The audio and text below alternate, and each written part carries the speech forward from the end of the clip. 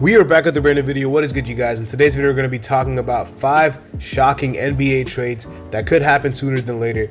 You guys seem to love these videos where I react to Bleacher Report articles or ESPN articles and give my thoughts on them. So this is what I'm going to do in today's video as well. Draft content. You guys killed the last video, over 3,000 views. You guys seem to love the draft content. You know, obviously that is something that I really love to do. I will be trying to make my own. I've seen a lot of people making mock drafts and stuff, and I will try to either react to someone else's, make my own. Like I'll do some more draft content in the next week or so, 2 weeks. But you guys will be getting more draft content, so just stay tuned for that. Yeah, without further ado, let's get right into it, man. Shout out to Greg Schwartz for this article. 5 trades, shocking trades that could happen sooner than later in the NBA. Starting off, we're going to start off with the Utah Jazz adding Miles Turner for a surprising playoff run. Okay, so one thing I do got to say, this article was made like a couple of weeks ago. So since then, the Jazz's record has been kind of falling off. And they haven't really been as hot as they were to start the season, and they've taken a dip for sure. So I don't really know how realistic this would be right now. But the trade is the Utah Jazz receive Miles Turner, and the Indiana Pacers receive Talen Horton-Tucker, Walker Kessler, Rudy Gay, and a first-round pick, lottery protected. Which obviously what they're saying is that with Miles Turner, the Utah Jazz could essentially get their pick back if Miles Turner makes the Jazz a playoff team, because the pick is lottery protected. So basically, you know, I think that if you're the Utah Jazz, I don't really see a reason for you to do this trade. Like even back then when they were winning games, I wouldn't really see a reason why you should trade for Miles Turner, who's on the last year of his deal. Then you're gonna have to worry about paying him. You're giving up some young pieces. You're giving up a pick. Just sit tight, you know. I know your goal was not to win games this season, so your goal was to accumulate on draft picks and get younger and build a team for the future. Miles Turner is 26. He's not old, but he's not really young. He's not really going to be a part of your future, so why really trade away assets for a guy like that who's probably going to walk in free agency anyway? Like, you're basically just trading him for like a half a year rental, and he's gonna leave. So it's not like he's gonna sign an extension in Utah. Y'all probably don't even want him there anyway. Like, it's okay. Just sit tight. You don't need to make a trade for Miles Turner, because yeah, he's an expiring deal, but like you're giving up some pieces, and I don't really understand why you would want to make the playoffs, especially when you're trying to get younger. You're trying to get picks. You don't really get picks in this deal. It's not like it's a trade for Russell Westbrook expiring deal where you could potentially get picks. Miles Turner is not going to have any picks attached to him because his contract is very, very team friendly. So, yeah, I don't really like this trade, especially if you're Utah. If you're Indiana, again, like, it's cool, I guess, like THT, Walker Kessler, Rudy Gay. But like Indiana is just playing really well right now. Like, I don't really think they would want to give up Miles Turner. He's having a career year. Like, potentially you could, like, there's an argument to be made that like you should sell high while his value is high right now, because he's having the best year of his career by far. So you probably should sell high and trade him away while you can. But some people would say, you know, why not just sit tight with him? And I'm not saying they should keep him for the rest of the season. I'd be very surprised if they did, especially because I don't really think that. I mean, if you want to extend him, you can, but I think he's gonna walk in free agency. So, but for this package, I would probably just sit tight. You're not really getting any picks back that are valuable. That pick is probably going to go back to the Jazz anyway. So you would trade Miles Turner away for draft capital, not for Walker Kessler, THT, and Rudy Gay. As good of players that those guys are, they're not really enticing players by any means, and you're not really getting, you know, a good value pick. So no for both teams if I'm the GM. Moving on, we got the Miami Heat. Which is interesting. So I'm a Heat fan, so I'm gonna see what this trade is. Kuzma, Monte Morris, Will Barton for Lowry, Haywood Highsmith, and a 2023 first round pick, lottery protected. So basically what they're saying is that the Heat move on from Lowry. They get power forward help in Kuzma.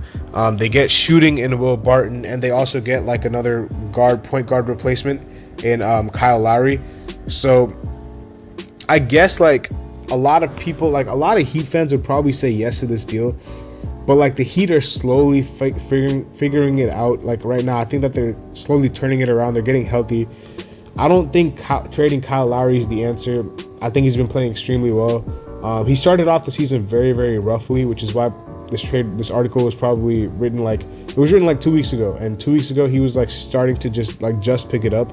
So yeah, I mean, I probably wouldn't do this. I probably would not do this, but just because like I just don't think trading Kyle Lowry is the answer. I mean, you could if you want to just to get off his contract, but like I just think that with the way he's been playing and with the way that the team has been looking recently, like they've been turning it around.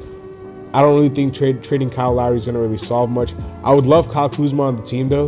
Like I would really, Kyle Kuzma would be like my, probably my like ideal power forward on this team. So if there's a way we can get him without trading away like Lowry or Hero or Bam, if there's any way we can get him apart from trading those guys, then I would obviously do it. But I just don't think that. I think Lowry brings a lot to this team, and I just don't think that, you know, without him, like our point guard play is very non-existent. I know we're bringing in Monte Morris, but I don't really trust the rotation of Monte and Gabe Vincent. And people will be like, "Oh, well, Jimmy's the point guard," but still, like it doesn't really like make too much sense for us to trade Lowry like that, especially if we're not really replacing him with a guard. I think the Wizards probably like throw up at this deal though. Like this is a terrible deal for them. They gotta take Lowry's contract for 2 years when he's making $30 million. Haywood Highsmith has shown some promise in his last couple of games, but he's not really like a young talent by any means. He's okay, I guess. And then they're getting a lottery protected pick for 3 good quality rotational pieces. No way they do this deal. Like I'm trying to be, come on, man. I love the Heat, and you know Pat Riley would probably do this deal. You know, maybe. But he would be a lot more enticed to do this deal than the Wizards for sure. There's no way the Wizards would do this deal. But yeah, next deal is going to be the Mavericks gambling on Kyrie. Dallas receives Kyrie, Tim Hardaway, and Brooklyn receives Tim Hardaway, Dwight Powell. Listen, I think the Mavericks should go after Kyrie. I'm not gonna lie. And this might be like an unpopular opinion, but like, I just don't really trust the Mavericks right now. Like, cool, they picked up Kemba. Kemba's, I don't want to say he's washed, but he's not the same. So, like, I don't really see that addition doing much. The thing about the Mavs is that as long as they're playing like the way they're playing right now, which is obviously like a very, very heliocentric system, with Luka just doing what he does and everybody just, you know, spotting up around him, I don't really think that's a recipe for success, just because like you don't really have a secondary guy to take the pressure off of you. And when they did have that, which was Jalen Brunson, he was like just coming into his own last season, and last season was kind of like his breakout year, especially in the playoffs.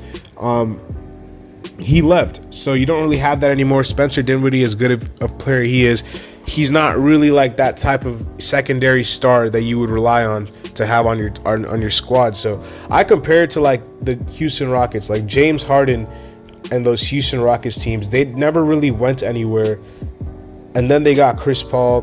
They got some help. They made it to the conference finals. They almost beat the Warriors. Luka needs like another guy to take the pressure off of him and to be like a secondary star to him. Kyrie can play on and off the ball. The off the court stuff, that's whatever. You know, I mean, I guess like I don't really know. I mean, his suspension is over now, and he doesn't have to deal with the vaccine mandate. So all that stuff, I guess, just comes with trading for the player. But like, you're not really giving up much. Tim Hardaway Jr. has not been like a revelation for you this season, and neither has Dwight Powell. You still have good centers in JaVale McGee and Christian Wood. You're not really giving up much. So if you're the Mavericks, like, why not take a swing? If you're the Nets, listen, like Kyrie played really well tonight against the Raptors, but honestly, like, do you really see a long-term future with Kyrie on your team? No.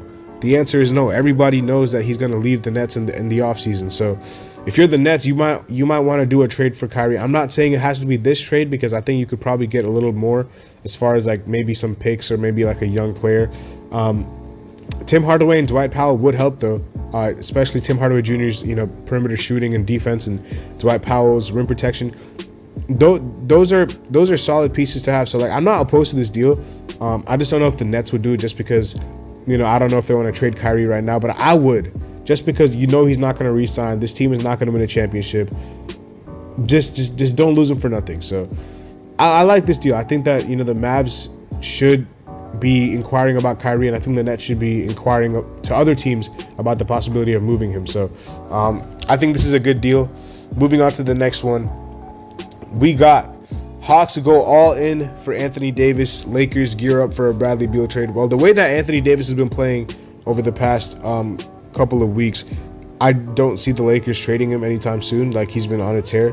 So yeah, this trade probably won't happen, but we'll take a look at it, obviously. AD for Collins, Okongwu, Justin Holiday, 2023 first round pick, 2024 first round pick. And yeah, that's about it. Lottery, and both picks are lottery protected. Again, I mean, this is not really, I mean, the package for this, like, Collins is solid.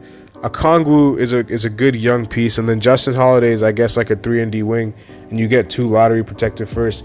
It's not like a premier package for AD. Like, you would, and I know, like, the Lakers and a lot of people would be like, yo, like, the Lakers need, like, depth, and they need shooting, and they need some good role players, but, like, I don't think trading AD is the way. I think you want to, you know, AD is probably the last one that you want to trade, just because he's the youngest one out of your big 3, or big 2 or whatnot. Nah, I'm gonna say big 3. Put some respect on Russ's name. And he's the youngest one, and he's the one that, you know, after LeBron retires, he's the guy, and he's been playing on a tear like recently. I don't think you should trade AD. If you're the Hawks, you probably do this though. Collins has been on the market. Okongwu, it just seems like Okongwu is going to be a backup center for the foreseeable future. I don't think he's going to start this season. I don't think he's going to start next season. As long as Clint Capella is there, Clint Capella has been playing extremely well. So if you're the Hawks, you might want to go all in, just because you're not really giving up anything of like exponential value right here. Like, John Collins has been pretty disappointing from the 3-point line this season. And then Okongwu hasn't been like anything special. Justin Holiday's barely played. You're giving up 2 lottery protected first, those or whatever. The Hawks would say yes for sure. I think the Hawks should definitely, you know, if this trade is presented, I think the Hawks should say yes. But I don't know if the Lakers should trade AD. So I'm 50-50 on that one. The last one, Kevin Durant and the Knicks. Oh my gosh, I did not even know this one existed, bro, because I was doing a whole video on Kevin Durant packages. I didn't even think about the Knicks. So this is interesting. I'm assuming RJ Barrett's going to be in the trade just because he's in the picture. So we'll see. No, so RJ Barrett is not in the trade. Okay, so never mind. So the Nets receive Randall, Quickly, Derrick Rose, 3 firsts, and another first that's top 10 protected. The Nets would say no immediately. This is terrible. Like, there's no reason. And even if you're the Knicks, like, I don't think the Knicks should be in a position where they would try to get KD right now. What are they going to do with KD? You're going to put KD in the same position as he is right now, which he's not. He's on a team that's, if you put KD on the Knicks, and let's say what they're saying right here is that there's a starting 5 of Brunson, Barrett, Durant, Toppin, and Mitchell Robinson, and a bench of Grimes, Reddish, Fournier, Hartenstein. That team is not doing much. I'm sorry. Y'all might look at the names and be like, oh, this is a pretty nice team on paper. The starting lineup is cool. The bench is dog water. It's terrible. So I don't think this team is doing much. So, like, what's the point? Like, if you trade for Kevin Durant, you're trading him with the idea of winning a championship. The Knicks are nowhere near winning the championship with this team. So yeah, I would not do it if I'm the Knicks. I wouldn't even do it if I'm the Nets. I mean, like, if you want to trade KD, you want to get younger. Julius Randle, why are you taking on Julius Randle's extension? Derrick Rose, he's not any young, you know, stud. He's a veteran. The only young piece you're getting from this trade is Immanuel Quickley, and Immanuel Quickley doesn't even start. He's a bench player on the Knicks. He has some potential, correct, but he's not like, you know, if you're trading him to the Knicks, you want like the RJ Barretts and like the guys with the potential on the team. You don't want back end of the rotational pieces and stuff like that. I hate this trade, to say the least. But yeah, I think that's about it for the video. Kept it pretty short. Hopefully y'all enjoyed these trades. Let me know which trade was your favorite. I would probably say out of all these, I like the Mavericks for Kyrie.